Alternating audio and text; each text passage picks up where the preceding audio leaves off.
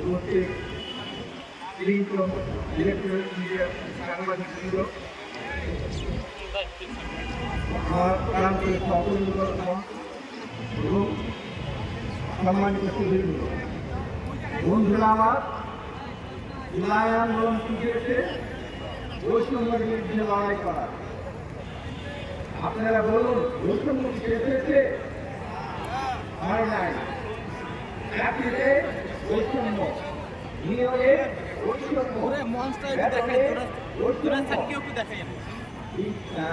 শিক্ষায় বৈষম্য, এই আন্দোলনে শিশু থেকে বৃদ্ধ পর্যন্ত সকল শ্রেণী পেশার মানুষ, ছাত্র জনতা, শিশু, পথ শিশু, বৃদ্ধ, মহিলা জীবন দিয়েছে। তারা হলে একটা দায়িত্ব দিয়ে গেছে, বৈষম্য দূর করতে হবে এবং বৈষম্য দূর করতে হলে বৈষম্যবিহীন সমাজ প্রতিষ্ঠা করতে হবে। গণসংহতি আন্দোলন আগামী দিনের সংগ্রাম শুরু করবে বৈষম্যবিহীন সমাজ। বৈষম্যবিহীন সমাজে কোনো দুর্নীতি থাকে না, কোনো লুটপাট থাকে না, কোনো ফেসিস্টের জন্ম নেয় না।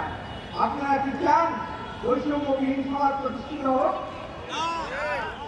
আমি বিশ্বাস করি গণসংহতি আন্দোলন এই বৈষম্যবিহীন সমাজ প্রতিষ্ঠার দৃঢ় এবং প্রত্যয়ী আন্দোলনের পদক্ষেপ রাখবে। এই বলে আমার সংক্ষিপ্ত বক্তব্য শেষ করছি। ধন্যবাদ।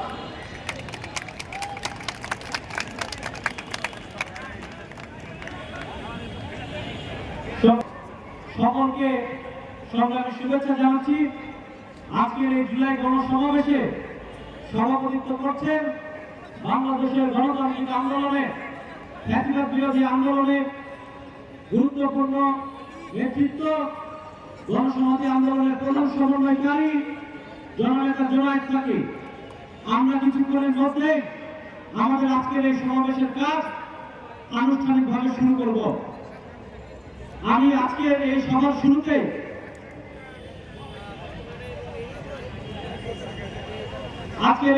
শুরুতে জুলাইয়ের যে রক্তাক্ত অভ্যুত্থান, সেই অভ্যুত্থানে বাংলাদেশ ছাত্র ফেডারেশনের যে সকল নেতৃত্ব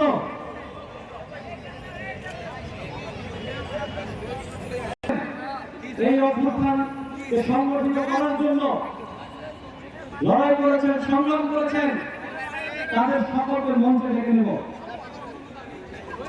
আমি প্রথমেই আজকে মঞ্চে আহ্বান করছি